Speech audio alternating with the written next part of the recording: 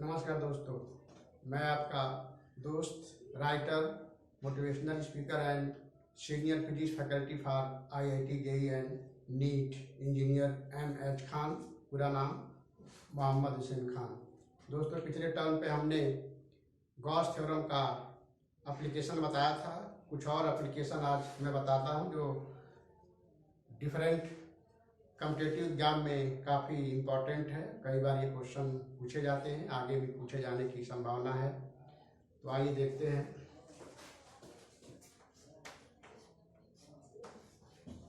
Electric field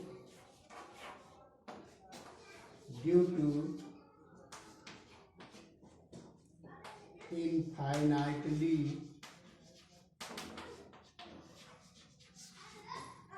large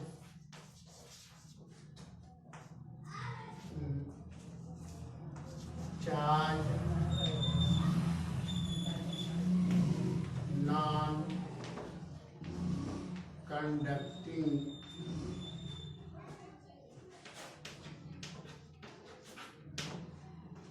sheet।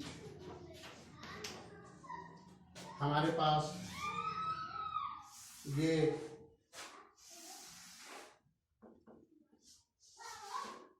Infinite size का non conducting sheet है।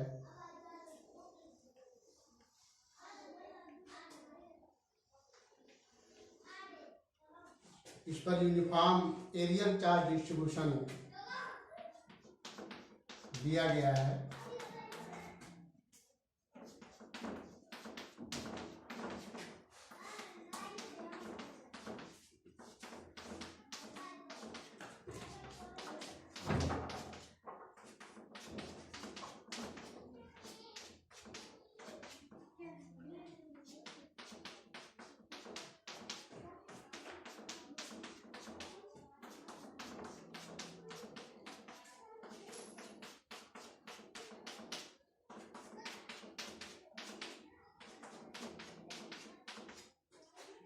इसको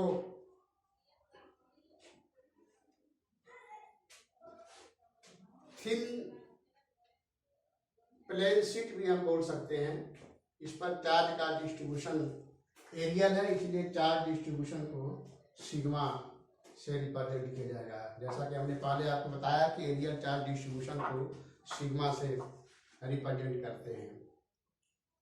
ये इनफाइनाइट साइज का यूनिफॉर्म चार्ज शीट है, तो इसलिए इसके सराउंडिंग में इलेक्ट्रिक फील्ड सभी जगह राइट एंड लेफ्ट साइड में पैरेलल होंगे। तो सराउंडिंग में कहीं भी इलेक्ट्रिक फील्ड यहाँ पर या यहाँ पर या यहाँ या इस साइड यहाँ या यहाँ कहीं भी इलेक्ट्रिक फील्ड निकालने के लिए हम गॉस थ्योरम का एप्लीकेशन करेंगे। तो हम एक यहाँ पर सिलिंड्रिकल गॉसियन सरफेस बनाएंगे। ये है सिलिंड्रिकल गॉसियन सरफेस। इसको ऐसे इसमें पेनेट्रेट किया जाएगा। इस सिलेंडर को, गॉसियन सरफेस को इस प्लेन शीट में हम पेनेट्रेट करेंगे, तो ये वाला एरिया शीट का सिलेंडर के द्वारा कट होगा। सिलेंडर का ये एरिया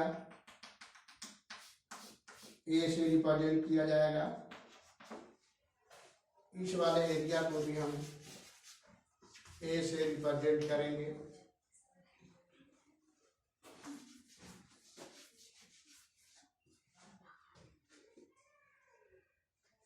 शीट के द्वारा इलेक्ट्रिक फील्ड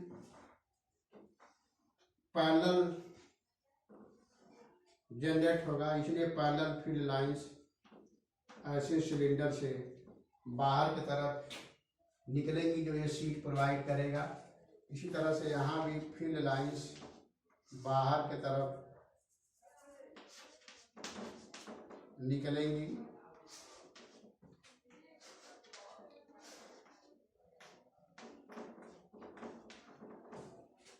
इलेक्ट्रिक फील्ड को ई से से यहाँ दिखाया गया। ये फील्ड लाइंस यूनिफॉर्म भी होंगी।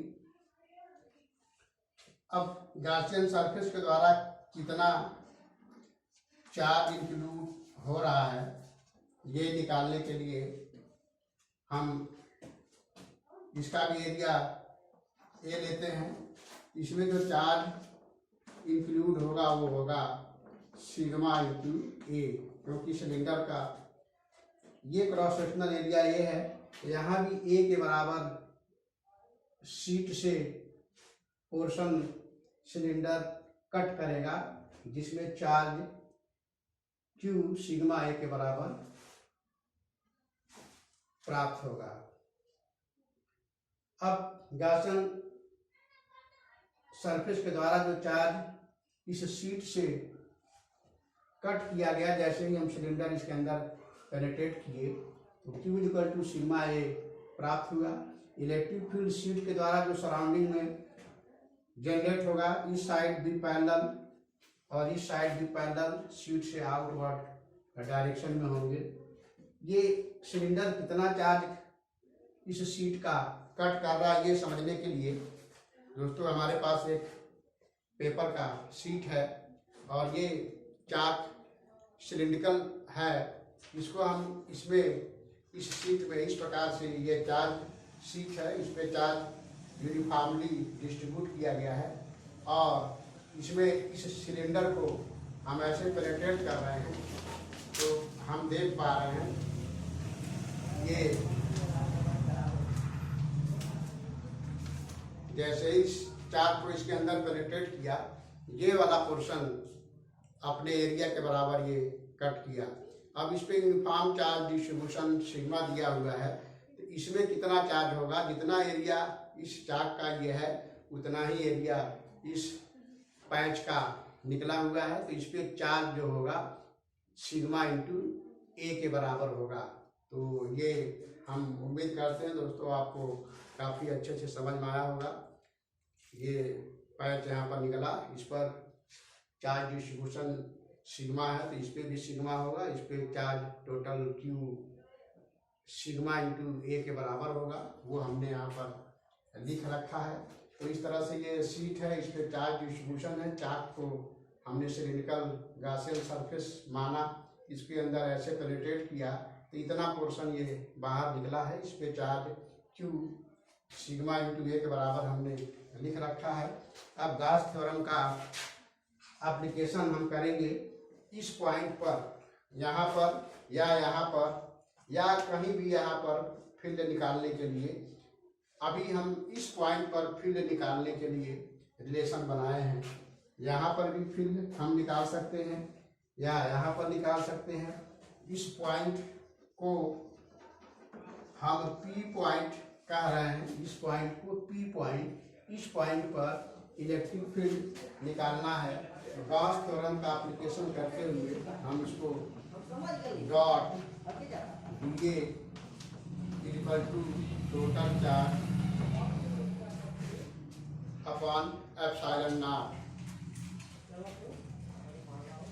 तो आइए देखते हैं इलेक्ट्रिक फील्ड लाइंस यहाँ पर ओरिएंटली इस दिशा में है, यहाँ पे नॉर्मल एरिया इस दिशा में लेंगे क्योंकि ये कॉर्ड सरफेस है, सिलेंडर का कॉर्ड सरफेस है, इस पे नॉर्मल एरिया आउटवर्ड होगा यहाँ पर या यहाँ पर या यहाँ पर। और इलेक्ट्रिक फील्ड लाइन इस दिशा में है तो यहाँ पर इलेक्ट्रिक फील्ड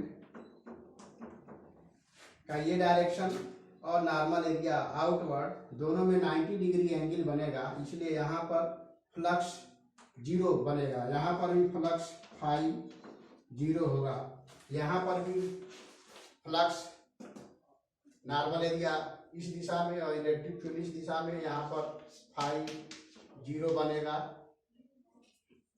यहाँ पर भी इलेक्ट्रिक फील्ड इस दिशा में, नॉर्मल एरिया इस दिशा में।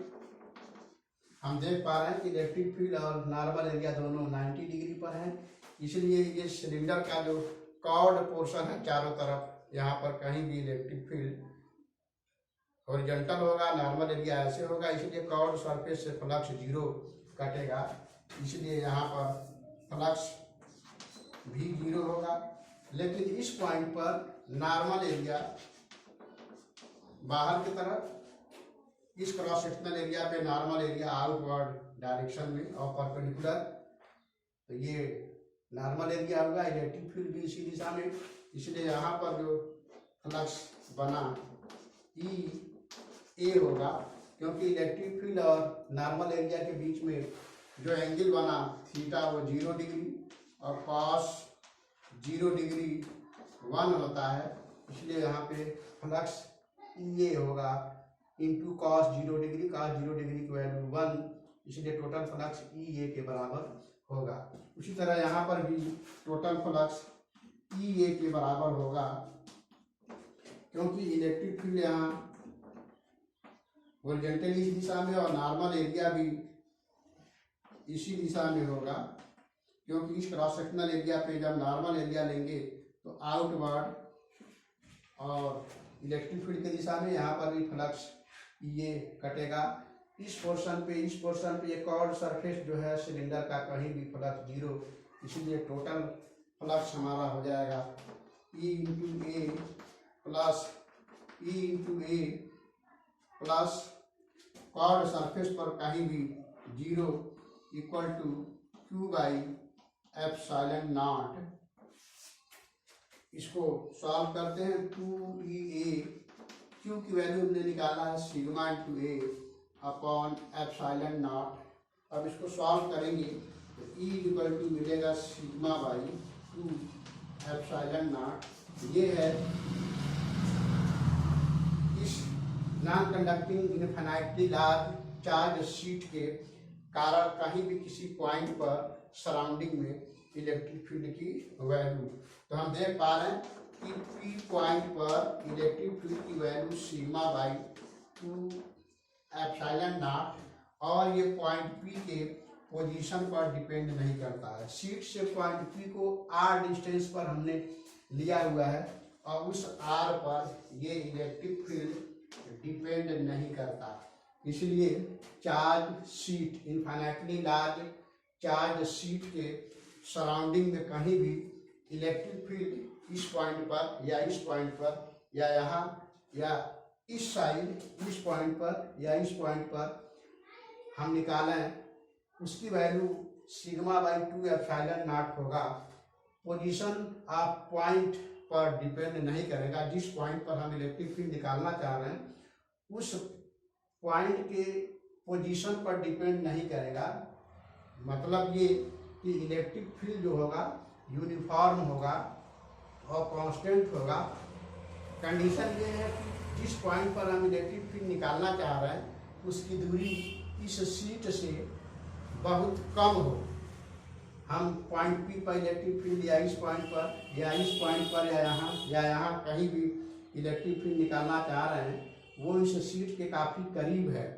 तो ऐसे कंडीशन में किसी भी पॉइंट पर इलेक्ट्रिक फील्ड यहाँ पर या यहाँ पर या यहाँ पर या यहाँ पर हम गॉस थ्योरम का एप्लीकेशन करके निकालेंगे, जो इस शीट के charge density upon 2 epsilon not के बराबर होगा, जो पोजीशन से इंडिपेंडेंट है, कांस्टेंट होगा, यूनिफॉर्म होगा।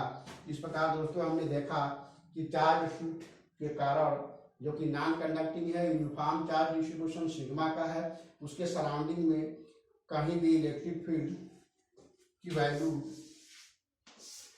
सिग्मा बाई 2 एप्सिलॉन नॉट, जो कि r पर डिपेंड नहीं कर रहा है। अगर इसका हम ग्राफ प्लॉट करें कहीं किसी सराउंडिंग पॉइंट पर electric field due to non conducting charge infinitely large sheet, तो हम देख पा रहे हैं कि चार्ज कांस्टेंट है, पोजीशन पर इलेक्ट्रिक फील्ड डिपेंड नहीं कर रहा है, इसलिए इलेक्ट्रिक फील्ड की वैल्यू r के साथ कांस्टेंट आएगा और ये value E equal to sigma by 2 epsilon naught होगा।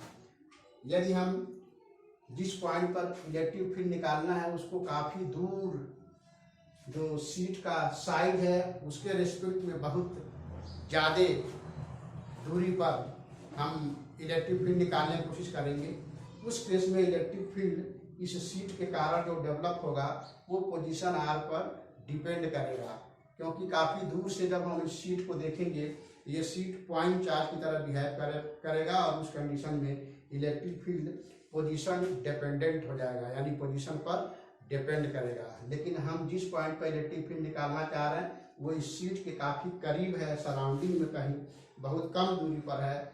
ऐसे में इलेक्ट्रिक फील्ड इस सीट के कारण constant value sigma by 2 epsilon naught होगा, वो जो पोजीशन पर डिपेंड नहीं करेगा। नेक्स्ट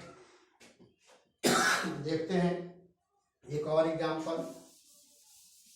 अब हमारे पास इलेक्ट्रिक फील्ड निकालने के लिए चार्ज कंडक्टिंग सीट की जरूरत पड़ेगी, क्योंकि उसके कारण भी एग्जाम में क्वेश्चन पूछे जाते हैं और उसका आगे के चैप्टर में काफ़ी एप्लीकेशन है।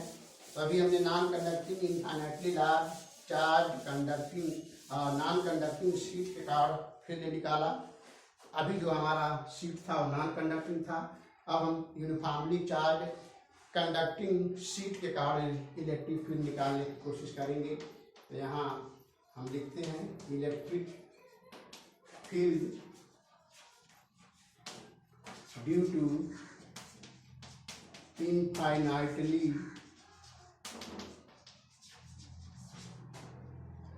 large uniformly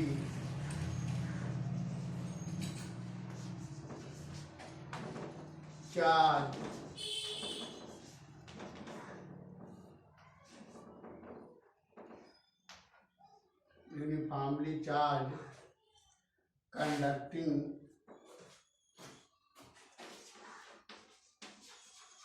sheet किसी को thick sheet thick conducting sheet भी कहा जाता है। चार्ज शीट भी बोला जाता है।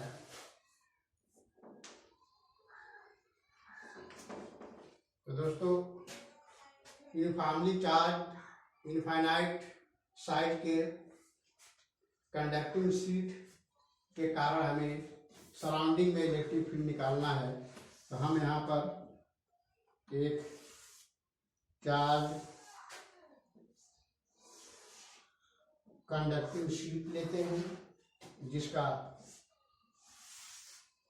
शेप इस प्रकार का होगा।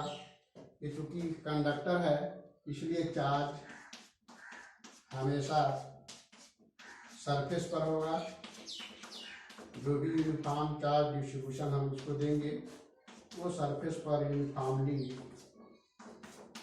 डिस्ट्रीब्यूट हो जाएगा।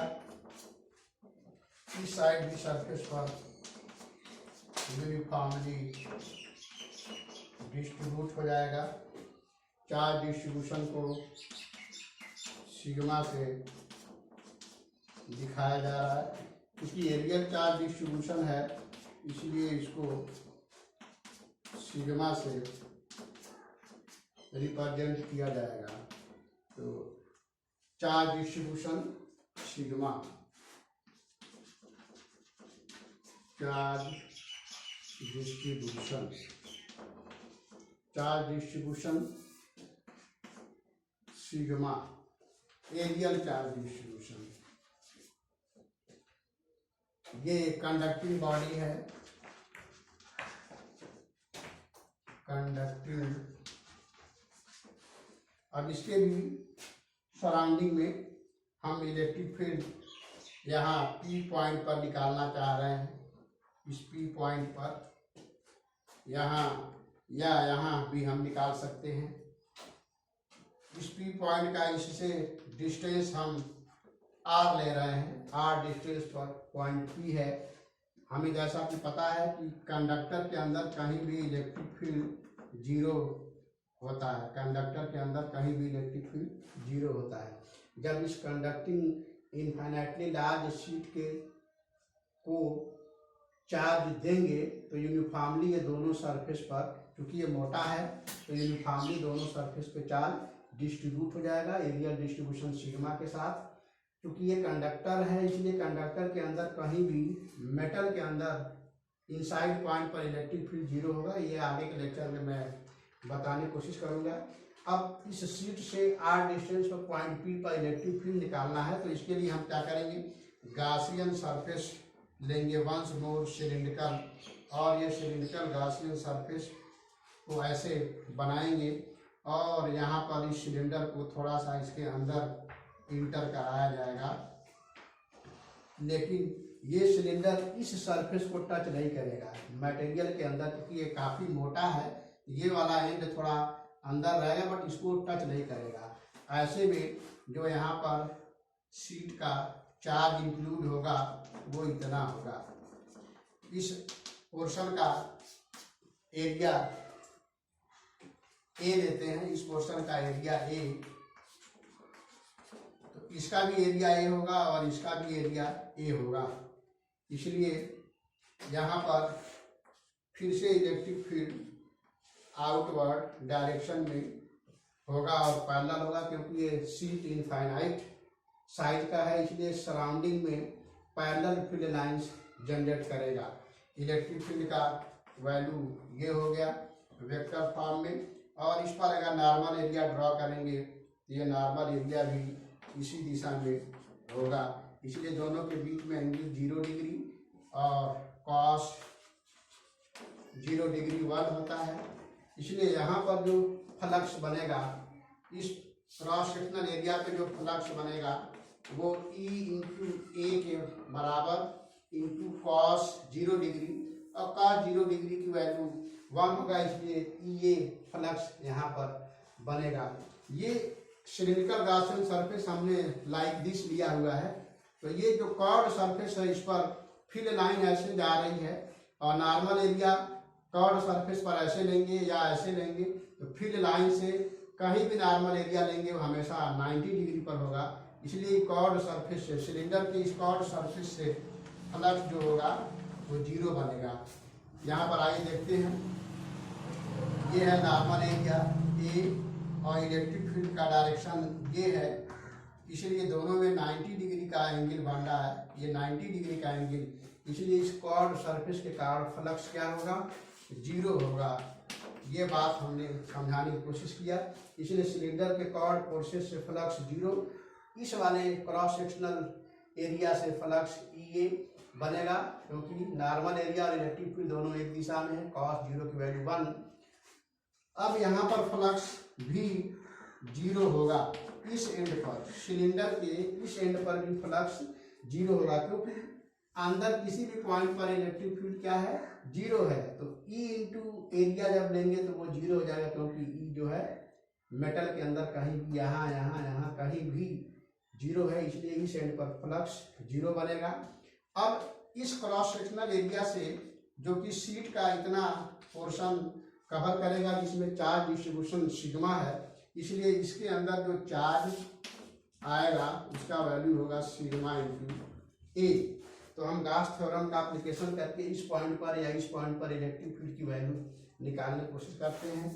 तो हम गॉस थ्योरम का एप्लीकेशन करेंगे, DA equal to q by epsilon naught, ये हो जाएगा E into A cos 0 degree, क्योंकि यहाँ पर इलेक्ट्रिक फील्ड और नॉर्मल एरिया में एंगल 0 डिग्री है जिसका कॉस 0 डिग्री का वैल्यू 1 है।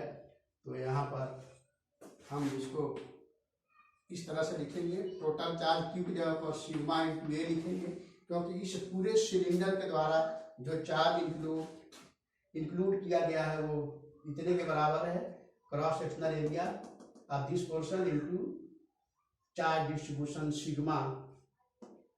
तो टोटल चार्ज जो इस सिलेंडर में इन्वॉल्व हुआ वो सिग्मा इंटू ए के बराबर, यहाँ पर Q की जगह पर रखेंगे बाई एप्सिलॉन नॉट। इसको सॉल्व करेंगे, E A equal to sigma A by epsilon naught, इसलिए E की value sigma by epsilon naught. और ये फिर से हम देख पा रहे हैं कि R पर डिपेंड नहीं कर रहा है। इस पॉइंट का पोजीशन इस शीट से हमने R लिया हुआ था, यहाँ से लेकर यहाँ तक की दूरी R, इस सरफेस से पॉइंट P की दूरी R, तो इस पॉइंट पर इलेक्ट्रिक फील्ड हमने निकाला। और हम देख पा रहे हैं इसमें R नहीं है, यानी इलेक्ट्रिक फील्ड पॉइंट के पोजीशन पर डिपेंड नहीं कर रहा है। ऐसे में इलेक्ट्रिक फील्ड हम यहाँ पर निकालें या यहाँ पर निकालें या यहाँ पर या इस साइड कहीं किसी पॉइंट पर, उसका इलेक्ट्रिक फील्ड का वैल्यू सेम आएगा, कांस्टेंट आएगा। और uniform electric field parallel sheet से बाहर की तरफ जाएगी।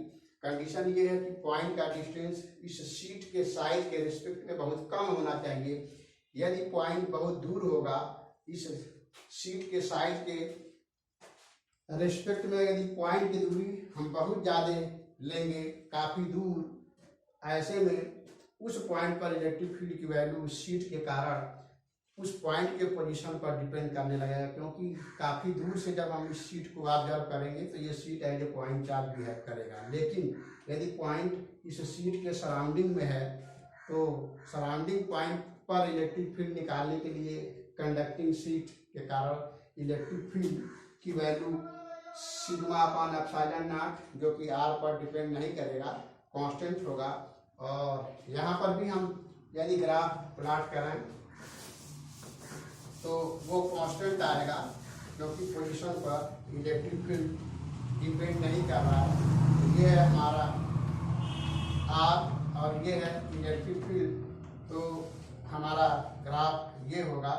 और इलेक्ट्रिक फील्ड की value sigma by epsilon naught ये इतना होगा, जो कि R पर डिपेंड नहीं करेगा। इस तरह से हमने देखा दोस्तों, non conducting charge infinitely large sheet के कारण सराउंडिंग में इलेक्ट्रिक फील्ड, इसके पहले हमने बताया जो सिग्मा अपॉन 2 एप्सिलॉन नॉट था। अब ये conducting infinitely large charge sheet के कारण किसी सराउंडिंग पॉइंट पर हमने इलेक्ट्रिक फील्ड निकाला, जो कि सिग्मा अपॉन एप्सिलॉन नॉट आया, जो कि नॉन कंडक्टिंग वाले वैल्यू से 2 गुना है, 2 टाइम है। अब एक चीज़ और हम बताने की कोशिश करेंगे कि ये इलेक्ट्रिक फील्ड यूनिफॉर्म होता है, इस बात को आप ध्यान दें। क्योंकि हमारा जो चार्ज सिस्टम है वो कंडक्टिंग शीट है या नॉन कंडक्टिंग शीट है, वो इन्फिनिटली लार्ज साइज का है। ऐसे में वो अपने सराउंडिंग में यूनिफॉर्म इलेक्ट्रिक फील्ड जनरेट करेगा। तो हम देख पा रहे हैं दोस्तों कि गॉस थ्योरम का एप्लीकेशन करके हम सिमेट्रिक सिस्टम के द्वारा, जो कि चार्ज बॉडी सिमेट्रिक सिस्टम है, तो उसके कारण इलेक्ट्रिक फील्ड उसके सराउंडिंग में कितना आसानी से हम निकाल पा रहे हैं। अब हम कुछ इसके और एग्जाम्पल देखते हैं जो IIT और नीट एग्जाम में बहुत बार पूछा गया, आगे भी पूछे जाने की संभावना है। तो हमारे पास यह एक चार्ज शीट है, आगे इसका एप्लीकेशन भी होगा कैपेसिटर वाले चैप्टर में। तो चार्ज शीट पर यूनिफॉर्म चार्ज डिस्ट्रीब्यूशन सिग्मा दिया गया है, इसके सराउंडिंग में दूसरा चार्ज शीट है, इस पे भी चार्ज डिस्ट्रीब्यूशन सिग्मा दिया गया है, बट निगेटिव चार्ज डिस्ट्रीब्यूशन है, निगेटिव चार्ज दिया गया है। दोनों का एरिया ए है, इसका भी एरिया है, इस पर यूनिफॉर्म रूप से चार्ज डिस्ट्रीब्यूटेड है।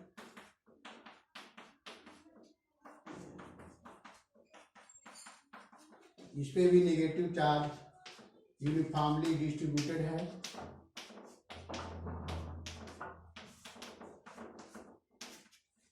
तो हमारे पास 3 रीजन हुआ, फर्स्ट रीजन, सेकंड रीजन और ये है थर्ड रीजन। इन तीनों रीजन में हमें इलेक्ट्रिक फील्ड की वैल्यू निकालना है। Region 2, region 3। तो आइए दोस्तों देखते हैं कैसे इस इलेक्ट्रिक फील्ड को हम निकालेंगे। हम पहले इस पॉइंट पर इलेक्ट्रिक फील्ड निकालना चाहते हैं। तो फर्स्ट पॉइंट पर इलेक्ट्रिक फील्ड हम निकालना चाहेंगे E1। तो इस शीट के कारण यहाँ पर इलेक्ट्रिक फील्ड इस दिशा में होगा, क्योंकि ये पॉजिटिवली चार्ज है। ऐसे में आउटवर्ड डायरेक्शन में इलेक्ट्रिक फील्ड का वैल्यू देगा, क्योंकि ये यूनिफॉर्म चार्ज डिस्ट्रीब्यूशन है, थिन शीट है, thin sheet non conducting sheet की तरह बिहेव करता है, इसलिए इसके कारण यहाँ पर इलेक्ट्रिक फील्ड की वैल्यू होगा सिग्मा बाई 2 एप्सिलॉन नॉट। और इस शीट के कारण इस पॉइंट पर इलेक्ट्रिक फील्ड की वैल्यू अंदर की तरफ होगा, क्योंकि नेगेटिवली चार्ज बॉडी पर फील्ड लाइन सरफेस की तरफ होता है और पॉजिटिव चार्ज के कारण फील्ड लाइन सरफेस से बाहर की तरफ होता है, इसलिए इसके कारण इस पॉइंट पर इलेक्ट्रिक फील्ड अंदर की तरफ होगा और इसकी भी वैल्यू इतना ही होगी, बट अपोजिट दिशा में होगा, इसलिए सिग्मा बाई 2 एप्सिलॉन नॉट ये वैल्यू निगेटिव हो जाएगा। तो हम इसको सॉल्व करेंगे तो इस पॉइंट पर इसके कारण फील्ड लाइन इधर की तरफ ये वाला और इसके कारण अंदर की तरफ, क्योंकि नेगेटिव चार्ज है तो अपने बॉडी की तरफ फील्ड लाइन को रिप्रेजेंट करेगा। Equal and opposite vector quantity होने के कारण इक्वल एंड अपोजिट वेक्टर होगा इलेक्ट्रिक फील्ड का, इसलिए इनका डिफरेंस यहाँ पर काम आएगा। तो रिजल्टेंट वैल्यू इस पॉइंट पर फील्ड का 0 हो गया। इसी तरह से हमने आपको बताया था कि इलेक्ट्रिक फील्ड शीट के कारण कहीं भी अगर नॉन कंडक्टिंग या थिन शीट है तो सिग्मा बाई 2 एप्सिलॉन नॉट होता है और ये पोजीशन पर डिपेंड नहीं करता, इसलिए इन दोनों शीट के बीच का दूरी d है और ये बहुत कम गैप है। ऐसे में इस शीट के कारण यहाँ पर इलेक्ट्रिक फील्ड की वैल्यू मैग्नीट्यूड में वही होगा जो इस शीट के कारण यहाँ पर होगा, क्योंकि पोजीशन पर डिपेंड नहीं करता इलेक्ट्रिक फील्ड की वैल्यू, बट ये दोनों फील्ड इक्वल एंड अपोजिट होंगे, इसके कारण बाहर की तरफ और इसके कारण अंदर की तरफ, इसलिए डिफरेंस के बराबर इलेक्ट्रिक फील्ड और 0 वैल्यू आया इलेक्ट्रिक फील्ड का इस पॉइंट पर। इसी तरह से इस तीसरे पॉइंट पर भी हम देख पाएंगे, यहाँ पर इसके कारण इलेक्ट्रिक फील्ड की वैल्यू अंदर की तरफ, क्योंकि निगेटिव चार्ज है तो अंदर की तरफ फील्ड लाइन होगी और इसके कारण बाहर की तरफ होगा, ऐसे बाहर की तरफ दोनों इक्वल एंड अपोजिट, इसलिए यहाँ पर भी इलेक्ट्रिक फील्ड की value sigma by 2 epsilon not minus sigma by 2 epsilon naught और ये हो जाएगा 0। तो थर्ड पॉइंट पर भी इलेक्ट्रिक फील्ड हो गया 0 और ये सेकंड पॉइंट पर इलेक्ट्रिक फील्ड के बराबर हुआ। तो सॉरी फर्स्ट पॉइंट इस प्रकार हम देख पा रहे हैं कि फर्स्ट पॉइंट पर और थर्ड पॉइंट पर दोनों शीट के कारण इलेक्ट्रिक फील्ड 0 आया। अब हम इस सेकंड पॉइंट पे निकालना चाहेंगे। सेकंड पॉइंट पे इलेक्ट्रिक फील्ड निकालने के लिए हम देखते हैं इसके कारण इस सेकंड पॉइंट पे इलेक्ट्रिक फील्ड का ये डायरेक्शन होगा, क्योंकि ये पॉजिटिवली चार्ज है तो आउटवर्ड डायरेक्शन में इलेक्ट्रिक फील्ड देगा, और ये निगेटिवली चार्ज है तो अपने बॉडी की तरफ, अपने सरफेस की तरफ इलेक्ट्रिक फील्ड देगा। इसलिए अंदर के किसी भी पॉइंट पर यहाँ यहाँ यहाँ या यहाँ यहाँ यहाँ किसी भी पॉइंट पर जो दोनों शीट के बीच में है electric field line same direction में होगा। पॉजिटिव चार्ज इस दिशा में, निगेटिव चार्ज भी इसी दिशा में, इसलिए दोनों ऐड हो जाएंगे। और हमने आपको बताया था कि वेक्टर जब सेम डायरेक्शन में हो, मैग्नीट्यूड में इक्वल या अनइक्वल कुछ भी हो, उनका रिजल्टेंट वैल्यू उनके मैग्नीट्यूड का एडिशन होता है, इसलिए मिड पॉइंट पर दोनों सेम डायरेक्शन में है। तो ऐसे में इलेक्ट्रिक फील्ड की वैल्यू मिड पॉइंट पर sigma by 2 epsilon not plus sigma by 2 epsilon naught, और इसको सॉल्व करेंगे तो ये वैल्यू हो जाएगा सिग्मा बाई एप्सिलॉन नॉट।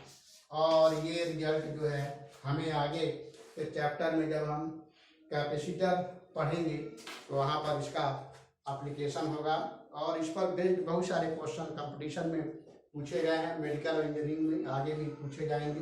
हम समझते हैं ये आपको समझ में आया होगा। एक एग्जाम्पल और देखते हैं और उसके बाद फिर कुछ और बातें बताते हैं। अब हमने यहाँ पर दोनों शीट पर इक्वल एंड अपोजिट चार्ज दिया था। अब हम दोनों शीट पर इक्वल अमाउंट का चार्ज और इक्वल नेचर का चार्ज लेंगे। ऐसे में देखते हैं कि डिफरेंट रीजन में इलेक्ट्रिक फील्ड की वैल्यू क्या हो रहा है। ये है हमारा शीट, दूसरा शीट ये है, इस पर भी चार्ज डेंसिटी प्लस सिग्मा, इस पर भी चार्ज डेंसिटी प्लस सिग्मा, और हमारा रीजन फर्स्ट, सेकंड और थर्ड रीजन है। तो इन रीजन्स पे हम इलेक्ट्रिक फील्ड निकालना चाह रहे हैं। अब हम यहाँ देख पा रहे हैं इस फर्स्ट रीजन पे इलेक्ट्रिक फील्ड निकालेंगे। फर्स्ट रीजन पे इलेक्ट्रिक फील्ड निकालने के लिए यहाँ पर इसके कारण इलेक्ट्रिक फील्ड बाहर की तरफ होगा, इसके कारण भी इलेक्ट्रिक फील्ड बाहर की तरफ होगा। दोनों ऐड होगा sigma by 2 epsilon not plus sigma by 2 epsilon naught, और ये सिग्मा बाई एप्सिलॉन नॉट के बराबर हो जाएगा। यहाँ पर भी हम इलेक्ट्रिक फील्ड निकालना चाहेंगे इस पॉइंट पर, इसके कारण बाहर की तरफ और इसके कारण भी बाहर की तरफ, इसलिए थर्ड पॉइंट पर electric field sigma by 2 epsilon not plus sigma by 2 epsilon not, दोनों को ऐड करेंगे सिग्मा बाई एप्सिलॉन नॉट। इस प्रकार हम देख पा रहे हैं कि E1 बराबर E थर्ड पॉइंट और ये सिग्मा बाई एप्सिलॉन नॉट के बराबर है। अब हम इस पॉइंट पर इलेक्ट्रिक फील्ड निकालना चाह रहे हैं, तो ये हो जाएगा सेकंड पॉइंट। यहाँ पर इलेक्ट्रिक फील्ड इसके कारण इधर की तरफ और इसके कारण इधर की तरफ, तो दोनों शीट के कारण इस पॉइंट पर, इसके कारण इधर और इसके कारण इधर, दोनों के कारण फील्ड यहाँ पर इक्वल एंड अपोजिट होंगे। इसलिए अंदर के पॉइंट पर 2 epsilon not minus sigma by 2 epsilon naught और ये 0 हो जाएगा। इस प्रकार सेकंड पॉइंट पर इलेक्ट्रिक फील्ड हमें 0 मिला। इस प्रकार हम कह सकते हैं कि ये बहुत ही इम्पोर्टेंट क्वेश्चन है। इस पर कई बार IIT JEE एंड नीट में क्वेश्चन पूछे गए हैं। क्वेश्चन चेंज करके पूछे जाते हैं, बट कंसेप्ट यही होता है। हम उम्मीद करते हैं दोस्तों आपको ये गॉस थ्योरम का एप्लीकेशन बहुत अच्छे से समझ में आया होगा। नेक्स्ट वीडियो में हम आपको इलेक्ट्रोस्टैटिक्स के कुछ और पॉइंट्स को बताने की कोशिश करेंगे।